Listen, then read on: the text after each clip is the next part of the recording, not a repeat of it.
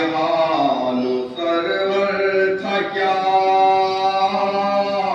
خاک سے میرا مولا اٹھا لاش اکبر پہ خط رکھ دیا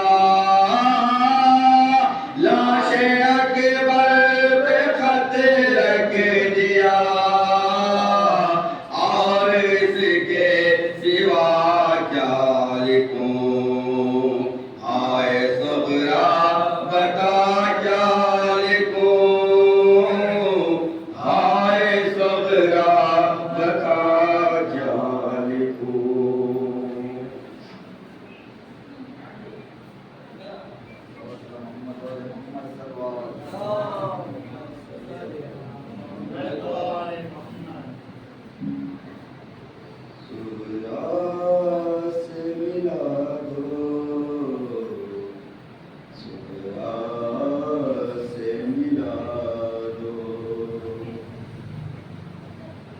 بیمار بہن کا مجھے چہرہ ہی دکھا دو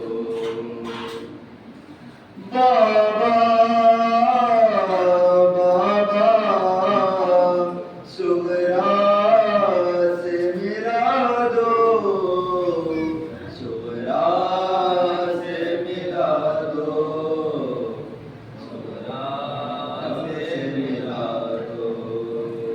بیمار بہن کا مجھے چہرہ ہی دکھا دو یہ بات ہے صدغم کی گھٹا چھائی ہے مجھ پر پل بھر چیکا ٹوٹا ہے میرے سینے کے اندر اے بابا نہ بچ پائے گا اب آپ کا اکبر بیمار بیمار بیمار بہن کا مجھے چہرہ ہی دکھا دو صغرا سے ملا دو مجھے صغرا سے ملا دو آتا ہے مجھے یاد مدینے کا وہ منظر میں آؤں گا یا تھا بیمار سے کہہ کر اب کہنا ہے جان چلتا ہے یہ تیرا برادر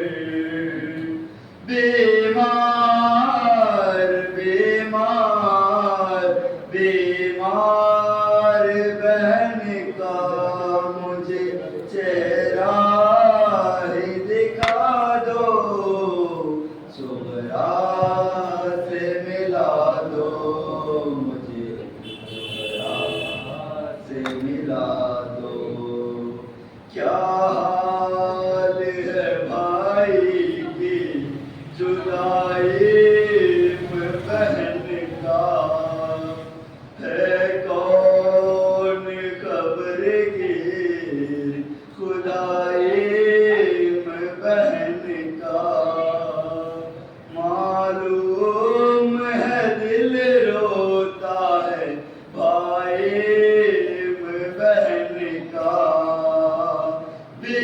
بیمار بیمار بیمار بہن کا مجھے چہرہ ہی دکھا دو صغرا سے ملا دو صغرا سے ملا دو مجبور ہے مغموم ہے بیمار ہے بابا صغرا بر کنبے کی عزادار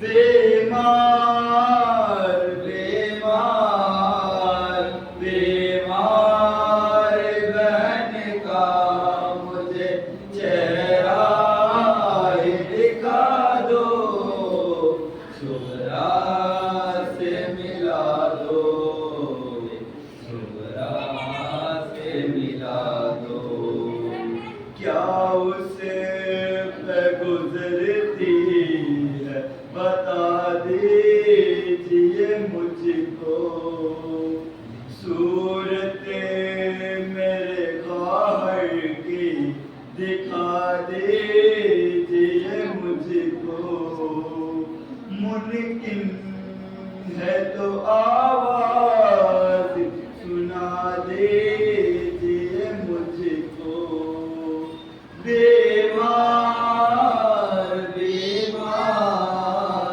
بیمار بہن کا مجھے چہرہ دکھا دو، صغرا سے ملا دو، صغرا سے ملا دو، دم اب لب دم جاتا ہے، اب کھوتا ہوں بابا، میں موت کی آغوش میں اب سوتا ہوں بابا، لیکن میں پریشان بہت ہوتا ہوں بابا، بیمار بیمار بیمار بہن کا مجھے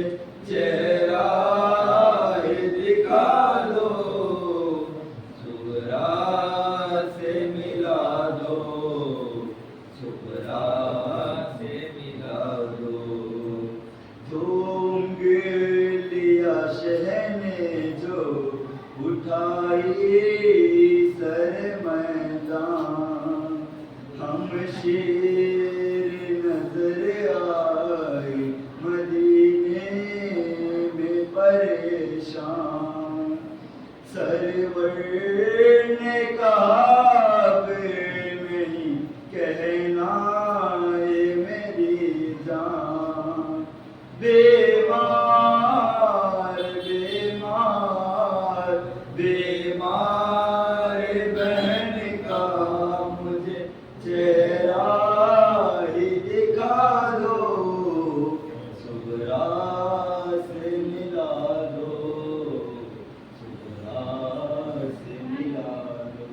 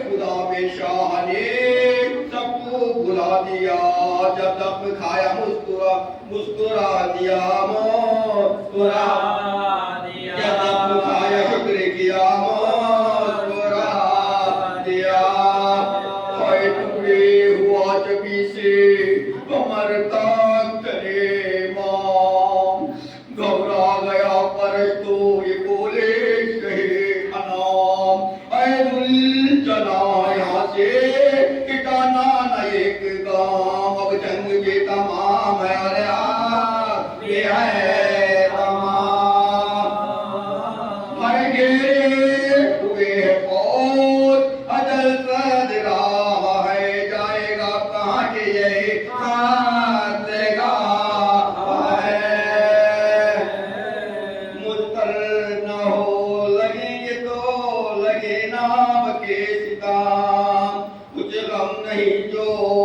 ہے تلوار دام بدام مارے نہ دم جو تن سے کو سو بار سر خلام راحت دکھ سمجھ راہے خدا میں ہم پیدا ہوئے ہیں دردو مصیبت کے واسطے یہ سب قبول ہے ہمیں امت کے واسطے مجھ کو ہونے کا غم ہے نہ کچھ موال گھر کی ہے اپنا فکر نہ بچوں کا ہے خیال جانا قریب ہے صبح دربار گل جلال یہ فکر ہے کہ دیکھیے ہوتا ہے جہاں مرسل بھی تھر تھراتے ہیں اس بارگاہ میں لے کے جاؤ جناب رضا میں یہ کہتے تھے کہ سر پہ لگی تیز آب وار نیزہ سینہ کا ہو گیا سینے کے آر پار گرنے لگے زمین سے امام فلک وخار بیٹھا زمین پہ دیکھ کے گھٹنا پڑا ہے پکڑ کے پدرو علام گرے سب لا گیا نخاب پیشا ہے امام گرے دی پڑھ کے پٹنش سعید کو قبر گھوڑے سے گر پڑا صد اللہ کا پسر پیشاش ہو کے شمر سے بولا خیر سر جا جلدی جا نبی کے نوازے کو خان لے کر غیور لاوری کا تیری شہر شہر میں خنجر و کینچی لے تو بجایا غیر میں اور خنجر پکڑ کے شمرے چلا آستی چوار بولا ابن سعد کے خولی بساک جار دونوں لئی جو لاشیں ارے سرور کے پاس لائے بولو سے فاطمہ نے سلا دی کہ ہائے ہائے خنجر لیے ہوئے ستام اعجاب آئے ہیں جو کو حسین جب عبداللہ آئے ہیں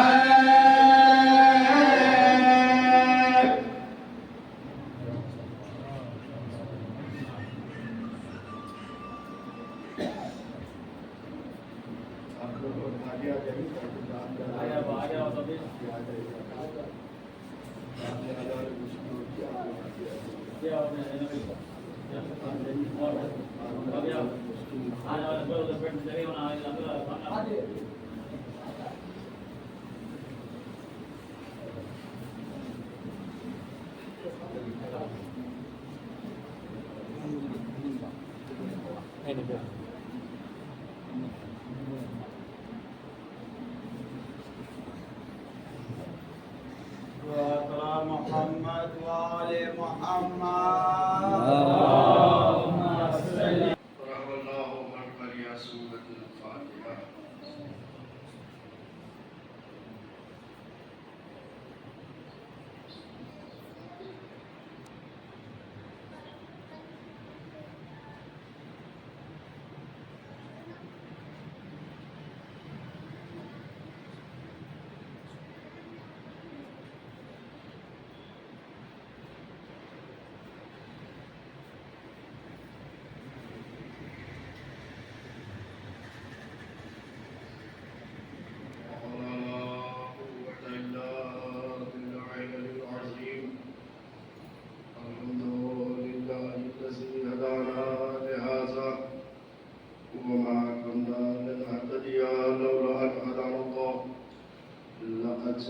محمد رسول ربنا بالحق وبالقاسم محمد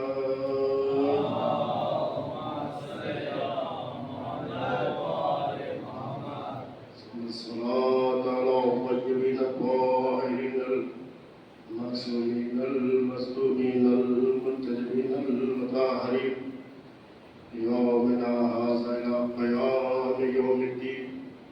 أما بعد فقد قال الله تبارك وتعالى في كتابه المجيد وفرقانه الحميد والقول الحق.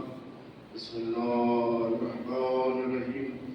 الله ولي الذين آمنوا يخرجهم من الظلمات إلى النور. صلى الله عليه وسلم. اللهم صل على محمد وآل محمد. قرآن جیسی عظیم کتاب کہ جس میں پروردگار عالم نے ارشاد فرمایا کہ اللہ ان لوگوں کا ولی ہے کہ جو ایمان لائے،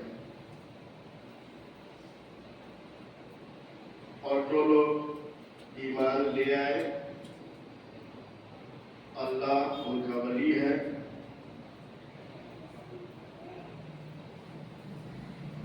اور ایمان لانے کے بعد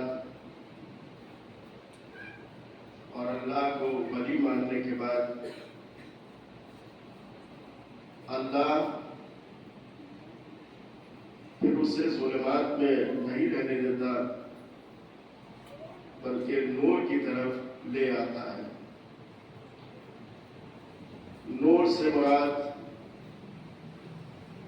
ولایت اور حکومت امیر المومنین علی بن ابی طالب علیہ الصلوۃ والسلام ہے.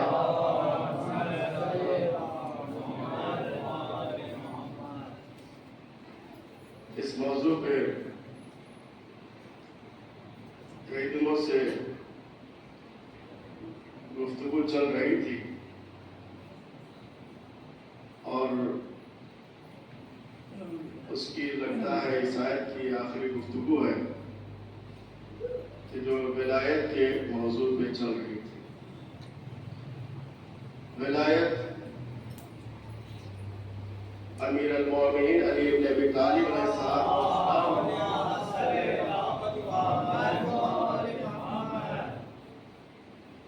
ایک ایسی ولایت ہے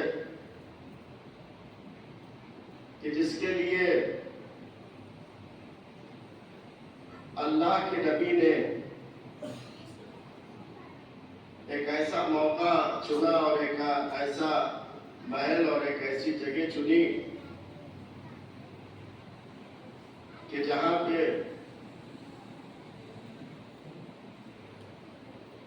1.25 لاکھ حاجیوں کا مجمع تھا اور اس 1.25 لاکھ حاجیوں کے مجمع میں نبی نے مولا کی ولایت کا جو مسئلہ تھا وہ لوگوں کے سامنے بیان کیا. 1.25 لاکھ حاجیوں کے مجمع میں اللہ کا حکم یہ آیا تھا کہ اے رسول اس میسج کو اور اس پیغام کو پہنچا دیجئے کہ جو میں آپ پر نازل کر چکا ہوں، آپ کو بتا چکا ہوں. اور اگر تم نے اس میسج کو نہ پہنچایا، اگر اس پیغام کو نہ پہنچایا تو گویا رسالت کا کوئی کام انجام ہی نہ دیا.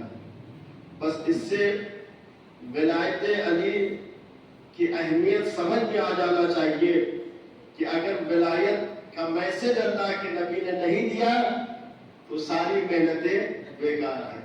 یعنی ساری محنتیں ایک طرف اور علی کی ولایت ایک طرف. سب بات پڑھیے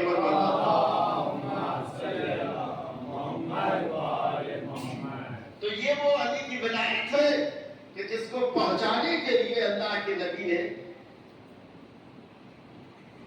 یہ اہتمام کیا کہ سارے صحابہ کرام کو جمع کیا اور جمع کرنے کے بعد علی کی ولایت کا اعلان کیا، اور جب علی کی ولایت کا اعلان ہو گیا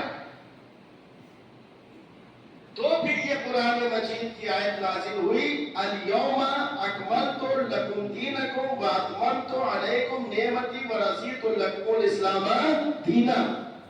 یہ آیت اس وقت نازل ہوئی کہ جب اللہ کے رسول نے علی کی ولایت کا اعلان کر دیا، اور یہ اعلان کیا کہ من کنت مولا فہذا علی مولا۔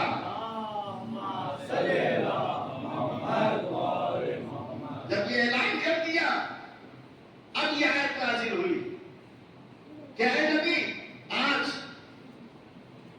میں نے تمہارے دین کو کامل کر دیا، الیوم اکملت لکم دینکم، میں نے تمہارے دین کو آج کامل کر دیا۔ الیوم اکملت لکم دینکم واتممت نعمتی ورضیت لکم الاسلام دینا، میں تمہارے دین اسلام سے راضی بھی ہو گیا، نعمتیں تمام ہو گئی اور میں نے دین کو کامل کر دیا۔ تو اب آپ یہ بتائیے کہ دین تو بہت پہلے آیا تھا، مذہب تو بہت پہلے آیا تھا، اسلام تو بہت پہلے آیا تھا، لیکن کامل کب ہوا؟ کامل کب ہوا؟ آیا پہلے تھا، کامل اس وقت ہوا کہ جب علی کی ولایت کا اعلان ہوا۔ علی کی ولایت کا اعلان ہوا تو معلوم یہ ہوا کہ دین پہلے تھا، آیا پہلے تھا، لیکن اس وقت تک یہ دین مکمل نہ ہو سکا جب تک علی کی ولایت کا اعلان نہ ہو سکا۔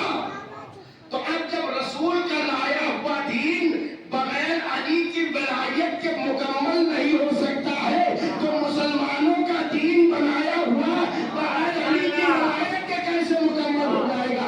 سب بات پر یہ بتانا۔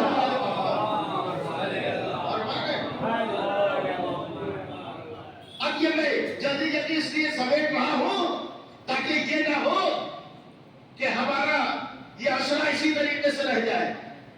میں یہ سوچتا ہوں کہ جس طریقے سے علی کی ولایت کا اعلان جب تک نبی نے نہیں کیا، نبی کا دین مکمل نہیں ہوا، تب تک جب تک میں علی کی ولایت کا بیان کروں گا میرا عشرہ مکمل نہیں ہوا۔ تو یہ میں محمد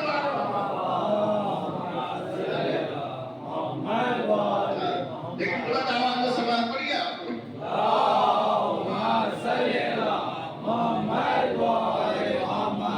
تو یہ وہ دین ہے، یہ جو اسلام ہے، یہ جو مذہب ہے، یہ جو دین ہے، یہ اسلام ہے، یہ مذہب ہے، یہ مکمل اگر چاہیے تو علی کی ولایت کے سائے میں لو۔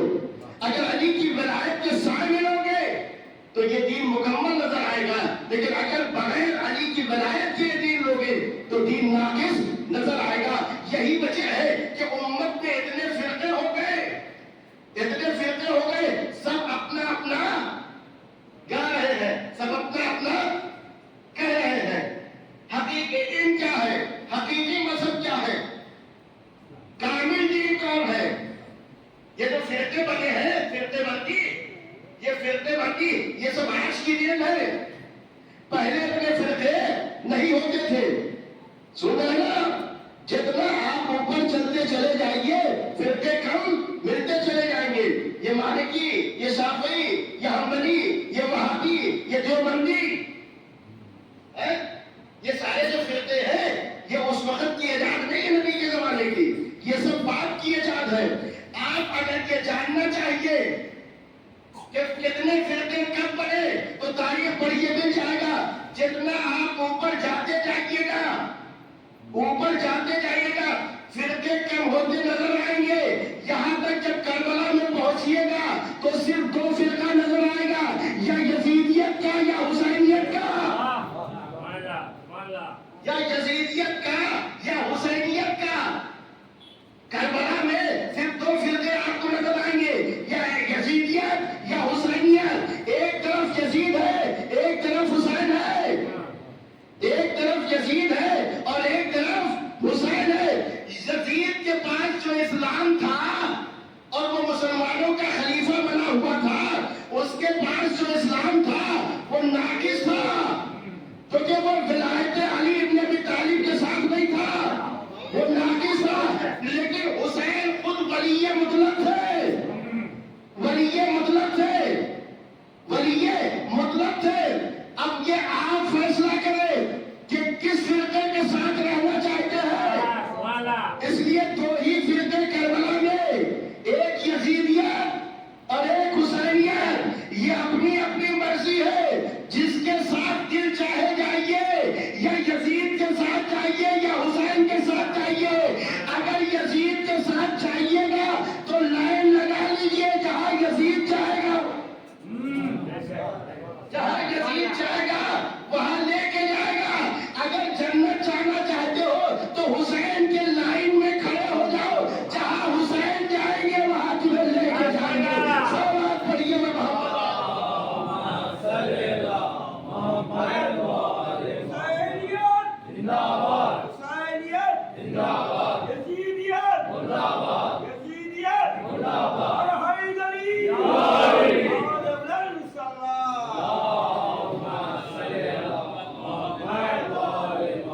ایک طرف یزید اور ایک طرف حسین، یہ دو فرقے ہیں، ایک یزیدیت اور یہ حسینیت۔ یزید فاسق و فاجر، یزید قذاب، یزید خطاکار، یزید گناہگار، یزید کتوں میں پلا ہوا انسان۔ وہ یزید جو فاسق و فاجر تھا، وہ اس حسین سے پنجے آزمانے کے لیے آگے بڑھا تھا کہ جس کے جھولے کو ملک نے جھولا جھلایا تھا۔ کہاں حسین اور کہاں یزید؟ وہ اس حسین سے پنجے آزمانے کے لیے آگے بڑھا تھا کہ جس حسین کے جھولے کو، گہوارے کو ملک نے جھولا جھلایا تھا، ملک نے جھولا جھلایا تھا۔ تو اب یہ اپنی اپنی مرضی ہے، جدھر جانا چاہے ادھر چلا جائے۔ ایک طرف یزیدیت ہے جو جہنم لے کے جائے گی، ایک طرف حسینیت ہے جو جنت لے کے جائے گی۔ اس لیے یزید کے لیے یہ نہیں کہا گیا ہے کہ جنت کا سردار ہے، حسین کے لیے کہا گیا ہے جنت کا سردار ہے۔ سلوات پڑھیے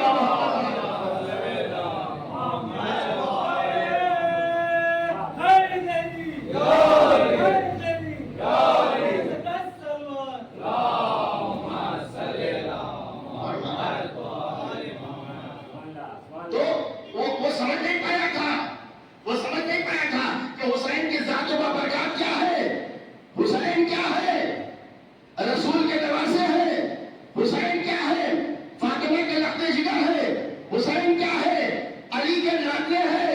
وہ سمجھ نہیں پایا تھا، اس نے بیعت کا سوال کیا اور حسین نے بیعت کا انکار کیا۔ حسین بیعت نہیں کر سکتے، سمجھ رہے ہیں؟ بالکل غلط لکھا ہوا تاریخ میں ہے یہ، بالکل غلط لکھا ہوا تاریخ میں ہے یہ۔ ایک بادشاہ وقت رہا تھا حسین سے، وہ بادشاہ وقت نہیں تھا، وہ بادشاہ وقت نہیں تھا، فقیر تھا، بیعت کی بھیک مانگ رہا تھا حسین۔ سلوات پڑھیے محمد۔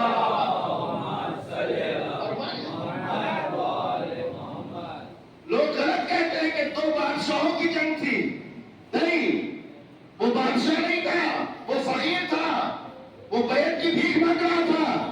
بھیک مانگنے والا کبھی بادشاہ نہیں ہوتا۔ سن رہے ہیں ذرا دماغ میں سماعت پڑھیے۔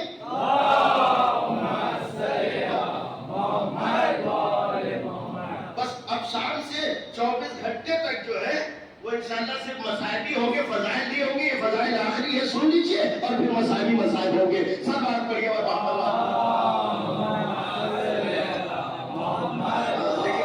تھوڑا تھوڑا آواز میں سلوات پڑھ لیجیے۔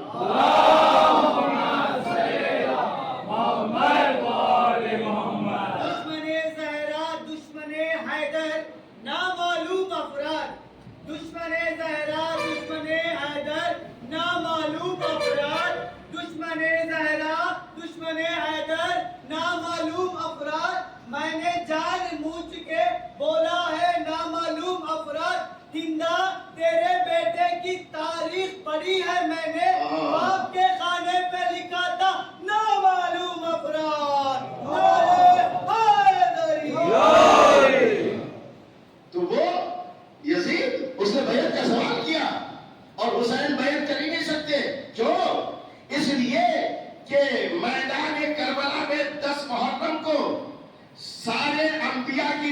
حسین کی طرف تھی، سارے انبیاء کی نظریں حسین کی طرف تھی، سارے انبیاء کی رسپیکٹ حسین کے ہاتھ میں تھی، سارے انبیاء کی عزت حسین کے ہاتھ میں تھی، حسین کے ہاتھ میں تھی، حسین کے ہاتھ میں تھی۔ بیعت حسین کیسے کر سکتے تھے؟ حسین بیعت نہیں کر سکتے تھے، اس لیے آدم دیکھ رہے تھے، نوح دیکھ رہے تھے، ابراہیم دیکھ رہے تھے، موسیٰ دیکھ رہے تھے، عیسیٰ دیکھ رہے تھے، یوسف دیکھ رہے تھے، اور سب یہی کہہ رہے تھے حسین میری عزت کا خیال رکھنا، میری عزت کا خیال رکھنا۔ ارے حسین نے بیعت کا انکار کر کے 1,24,000 انبیاء کی عزت کو بچایا۔ تو اب کہنے دیجئے کہ جو 1,24,000 انبیاء کی عزت بچائے اسے حسین کہتے ہیں، حسین کی عزت بچائے اسے زینب۔ صلوات پڑھیے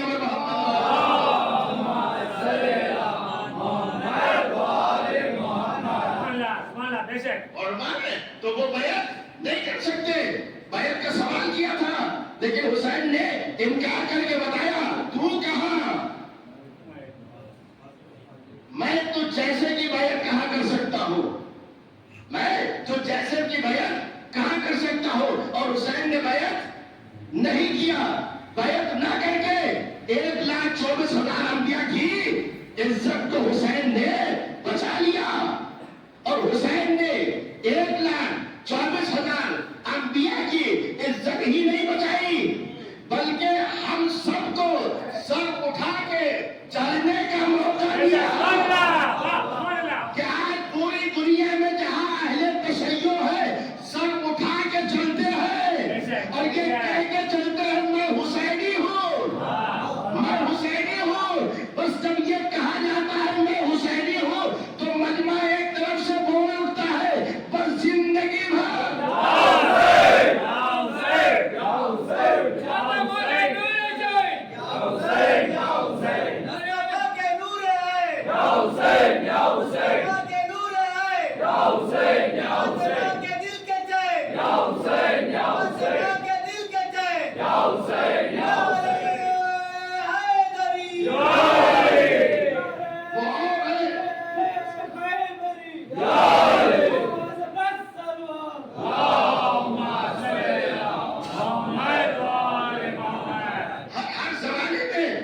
ہر زمانے میں یہ ہوا کہ حسینیوں کو خرید لیا جائے لیکن حسینی خریدے نہیں جا سکتے، حسینی خریدے نہیں جا سکتے ہیں، اس لیے حسین کے پاس جو قوت حسینی ہے وہ کسی اور کے پاس نہیں ہے، کسی اور کے پاس نہیں ہے۔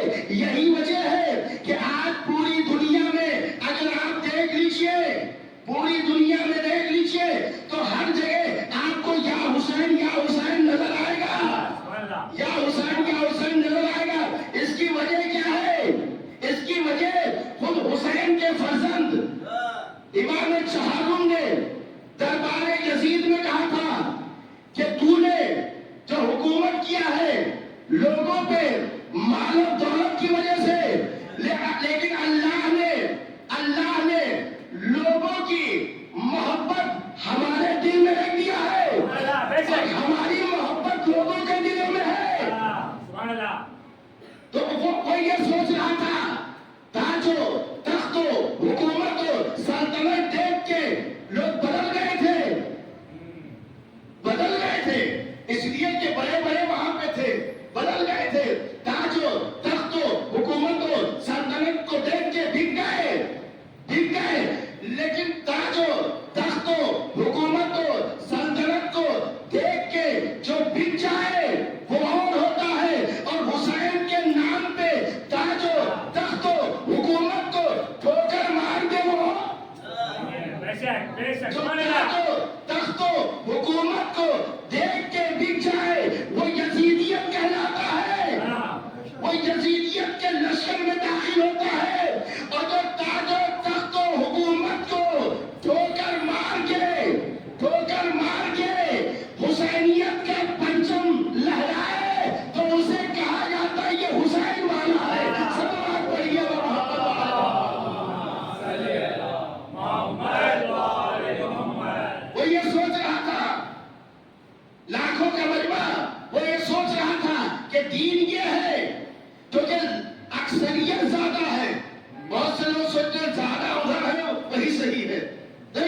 یہ نہ دیکھو کم ہے یا زیادہ ہے، یہ دیکھو صحیح کیا ہے غلط کیا ہے، حق ہے اور باطل کیا ہے، حق ہے کہ باطل ہے۔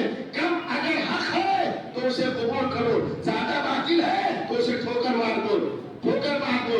تو اب وہ بے دین یزید بے دین، ابن سعد بے دین، لوگ یہ سوچ رہے تھے اصل دین یہی ہے۔ حسین نے کہا میں چہرے سے نقاب کو پلٹ دوں گا، پلٹ دوں گا اور بتا دوں گا کہ اصل دین کیا ہے اور اصل ایمان کیا ہے، اصل دین کیا ہے اور اصل ایمان کیا ہے۔ تو حسین نے میدان کربلا میں اپنی شہادت پیش کر کے بتایا اصل دین کیا ہے، اصل ایمان کیا ہے، اصل دین کیا ہے اور اصل ایمان کیا ہے۔ تو اب دین کیا ہے اگر یہ پوچھنا ہو تو جاؤ خواجہ اجمیری کے دربار پہ، کیونکہ بہت سے ایسے لوگ ہیں کہ جو بڑے بڑے علماء کی بات نہیں مانتے ہیں، ائمہ کی بات نہیں مانتے، معصومین کی بات نہیں مانتے، رسول اللہ صلی اللہ علیہ وسلم کی بات نہیں مانتے۔ کس کی مانتے؟ درگاہ مانتے، پیر مانتے، مرشد کی بات مانتے۔ مولانا کہتے رہے نہیں مانیں گے، مولا کی بات نہیں مانیں گے، مرشد کی بات مان لیں گے۔ تو اب دین کیا ہے؟ تو اب خواجہ اجمیری سے پوچھے دین کیا ہے؟ تو انہوں نے کہا شاہ است حسین، بادشاہ است حسین، دین است حسین، دیپنا است حسین، سردار ندار در دست یزید، آقا کے بنا لا الہ الا حسین۔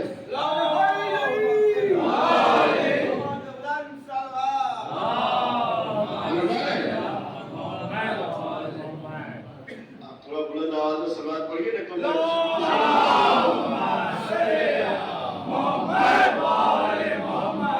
جو شام کو پڑھنا ہے وہ اسی وقت سے پڑھنا شروع کر دوں گا۔ سلوات پڑھیے محمد۔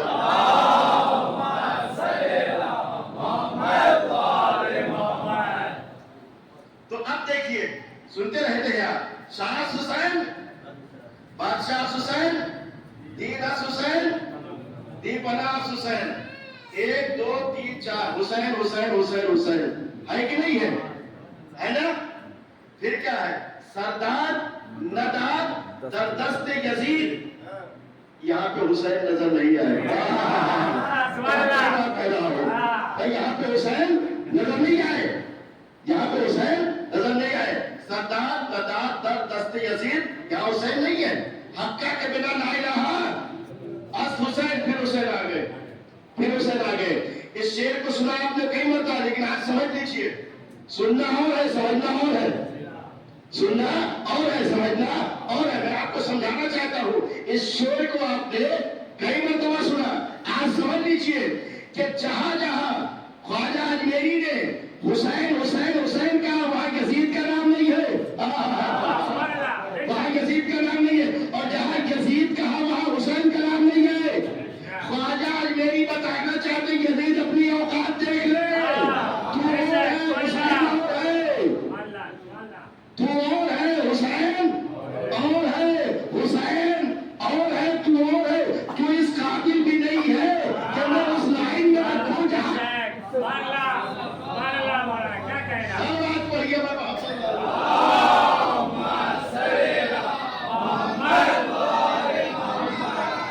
بس مجلس تمام ہو گئی، آپ سن لیجیے تھوڑی دیر اور مجلس تمام ہو گئی۔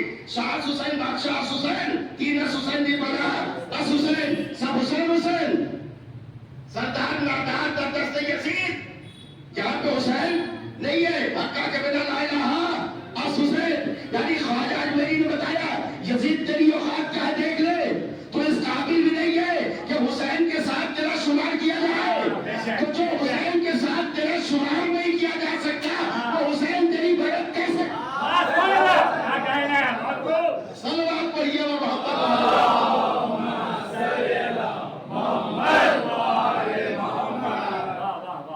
جو اس قابل تو نہیں ہے تو حسین تیری بیعت کیا کر سکتا ہے؟ حسین تیری بیعت نہیں کر سکتے ہیں۔ اب آپ نے دیکھا خواجہ اجمیری نے کیا بتایا، حسین دین ہے، حسین دین ہے، تو دین ہے تو دیندار کا دامن چھوڑ کے کوئی دیندار نہیں بن سکتا، اور ہمارے دیندار کا دامن چھوڑ دیندار حسین کل دین ہے، حسین کل دین ہے، حسین کا دامن چھوڑ کے کوئی دیندار، حسین کو چھوڑ کے اگر کوئی چاہے میں دیندار بن جاؤں تو نہیں بن سکتا، نہیں بن سکتا۔ اور پھر اس کے بعد اگر ایماندار چاہتے ہو تو ایماندار اسی بنو گے، اسی وقت بنو گے کہ جب ایماندار کا دامن تھامو، ایماندار کا دامن تھامو۔ کچھ خوش قسمت ایسے ہیں کہ جنہیں دین بھی مل گیا ایمان، اور کچھ بدقسمت ایسے ہیں کہ جنہیں نہ دین ملا نہ ایمان ملا۔ تو اب وہ دین اور ایمان جس کے پاس ہے چھیننا چاہتے ہیں، چھیننا چاہتے ہیں۔ اگر لینا ہے تو فرض اعظم پہ ہو، مل جائے گا، چھین کے رہے ہو، چھین کے رہے ہو۔ اور چھیننے کے لیے جگہ جگہ آپ نے سنا ہوگا کہ ابھی ایک جگہ مسکت میں آپ نے سنا ہوگا نا کہ جو وہاں پہ گولیاں چل گئی، بیچارے کئی لوگ شہید ہو گئے، خدا انہیں غریق رحمت کرے۔ جو زخمی ہے خدا انہیں شفائے کاملہ اور عاجلہ عطا کرے۔ یہ کیا ہے بھائی؟ ہم لوگ کسی کے گھر وہ تو کرنے جاتے نہیں ہیں، اپنے عزا خانے میں ہم ہیں اور ہم حسین کا کام منا رہے ہیں۔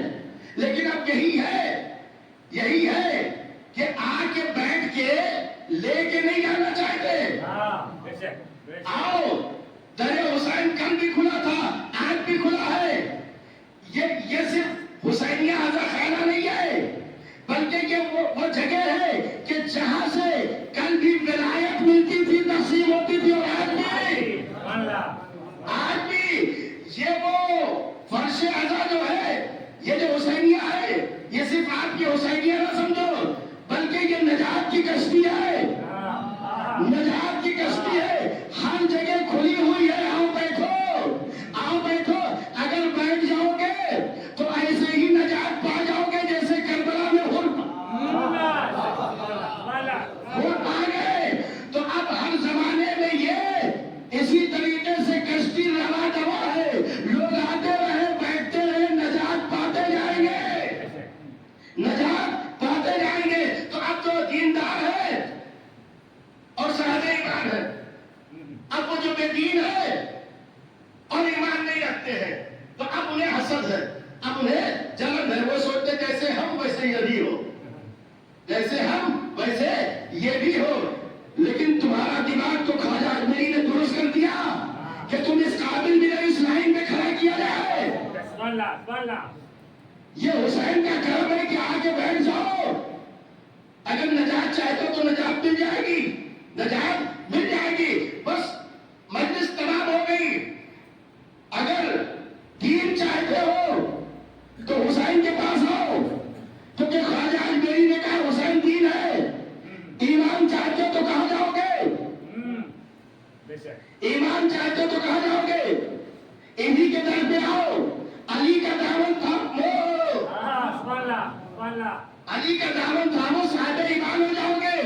اللہ کا کرم دیکھو، اللہ کا کرم دیکھو، اللہ کا رحم دیکھو، اہل بیت کی پاکیزگی دیکھو، اہل بیت کی طہارت دیکھو، اہل بیت کی پاکیزگی دیکھو، اہل بیت کی طہارت دیکھو، اہل بیت کی ولایت دیکھو، اہل بیت کی حکومت دیکھو، اہل بیت کی سخاوت دیکھو، اہل بیت کی شجاعت دیکھو، اہل بیت کا علم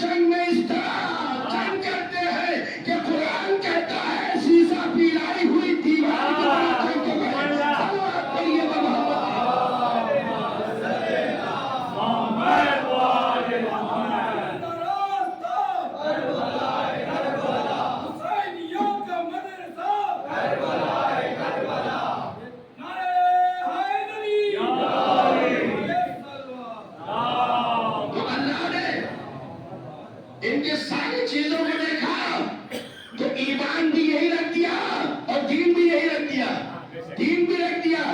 اگر دیندار بننا چاہتے ہو تو بیٹے کا دامن تھامو، اگر صاحب ایمان بننا چاہتے ہو تو باپ کا دامن تھامو۔ بیٹا کلے دین ہے، باپ علی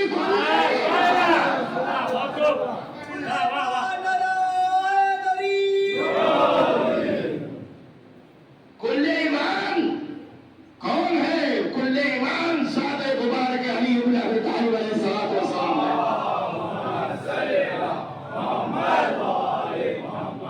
اللہ نے یہ شرط بخشا کہ ہم صاحب دین بھی ہے اور صاحب ایمان بھی ہے، صاحب دین بھی ہے اور صاحب ایمان بھی ہے، اور ولایت پہ ایمان رکھتے ہیں تو جو ولایت پہ ایمان رکھتا ہے وہ جنت میں جائے گا، اور جو اللہ کو ولی نہیں مانتا، نبی کو ولی نہیں مانتا، علی کو ولی نہیں مانتا، آگے قرآن نے کہا اس نے شیطان کو اپنا ولی بنایا، اور پھر آگے ہم فیہا خالدون، بس بات تمام ہو گئی، ہم فیہا خالدون بالکل آخر کی جو لائن ہے وہ فیہا خالدون، اس کے لیے چلے گا امام جعفر صادق علیہ السلام۔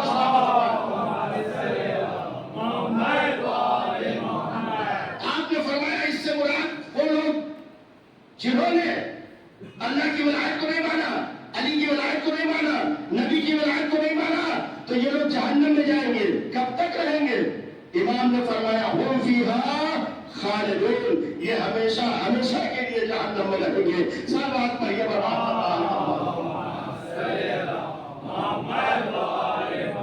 تو جو ولایت علی کو مانیں گے وہ ہمیشہ ہمیشہ جنت میں رہیں گے، جو ولایت علی کا انکار کریں گے ہمیشہ ہمیشہ جہنم میں رہیں گے۔ سب بات پڑھیے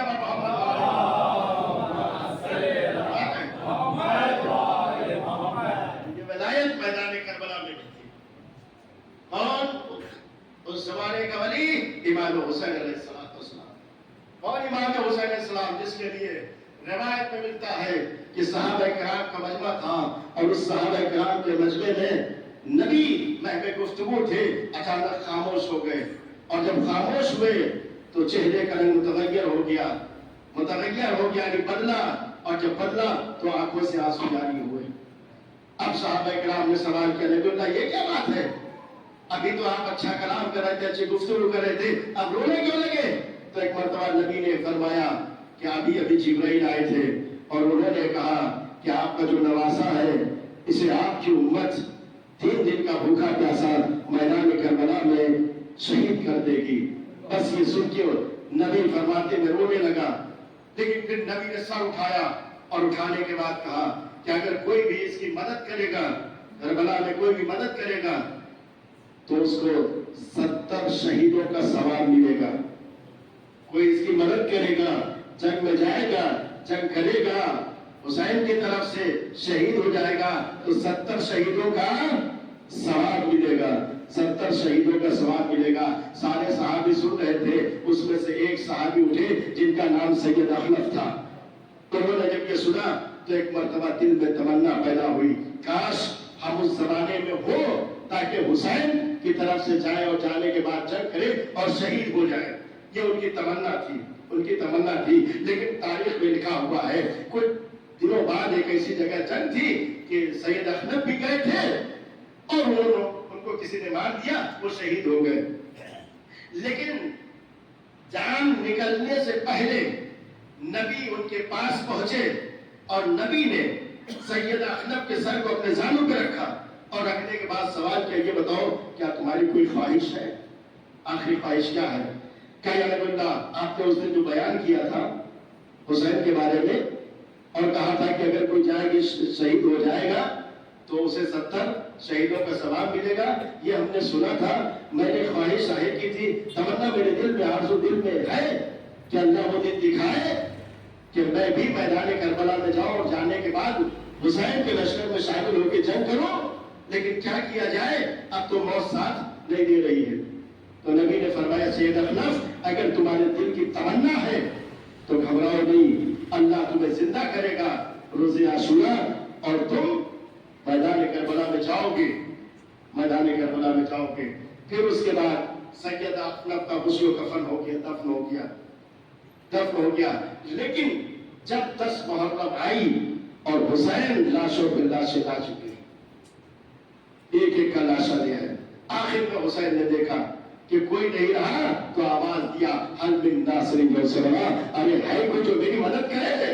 اور جیسے ہی یہ آواز گونجی تو میں نے تاریخ میں دیکھا کہ ایک فرشتہ سید اخنف کے قبر میں پہنچا اور قبر میں پہنچنے کے بعد کہتا ہے سید اخنف تیری تمنا تھی نا کہ کربلا میں جائے اور جانے کے بعد حسین پہ اپنی جان نچھاور کرے. سید اخنف اٹھ جا، تیری آرزو، تیری تمنا، تیری حاجت پوری ہونے کا دن آ گیا ہے. حسین تجھے میدان کربلا میں دکان لگے گئے. بس ہزاروں روایت میں ملتا ہے قبر سے سید اخنف اٹھے اور میدان کربلا میں پہنچے. جب میدان کربلا میں پہنچے تو دیکھا ایک طرف لاکھوں کا لشکر ہے اور ایک طرف چند خیمے لگے ہوئے ہیں. ہر طرف لاشیں پڑی ہوئی ہے، ہر طرف لاشیں پڑی ہوئی ہے. ایک مرتبہ سید اخنف ان خیموں کی طرف گئے کہ جو خیمے لگے ہوئے تھے وہ اصحاب حسین کے خیمے تھے. ادھر کی طرف گئے اور جانے کے بعد آواز دیتے ہیں حسین کہاں ہو، حسین کہاں ہو، حسین کہاں ہو. آواز دیا تھا میں آیا ہوں، اب نظر نہیں آ رہے ہیں. بس یہ کہہ رہے تھے کہ ایک خیمے سے شہزادی زینب کی آواز آئی اے سید اخنف، ارے تم آ گئے. اے سید اخنف، ارے میرے ماں حسین نے کہا تھا اے بہن زینب، ارے ابھی میرے نانا کا صحابی سید اخنف آئے گا، اسے میدان جنگ میں بھیج دینا. شہزادی زینب نے کہا ہے سید اخنف، ارے ذرا میدان جنگ کی طرف چلا جا، میرا بھائی وہیں پہ گیا ہوا ہے. بس اللہ تعالیٰ سید اخنف حسین کی خدمت میں پہنچے، حسین کے قدموں پہ گر گئے. جنگ کی اجازت چاہیے، حسین نے جنگ کی اجازت دے دیا. اب جو سید اخنف نے جنگ شروع کیا تو جنگ کرتے کرتے تیر و تلواروں کی بارش ہوئی. سید اخنف گر گئے، شہید ہو گئے، اپنے وعدے کو پورا کیا. ایک مرتبہ زینب نے مدینے کا رخ کیا، آواز دی اے نانا، ارے سید اخنف آپ کا صحابی بھی شہید ہو گیا لیکن آج میرا بھائی بھی نہ بچ سکا. اے نانا، میرا بھائی میدان کربلا میں 3 دن کا بھوکا پیاسا. ماتم حسین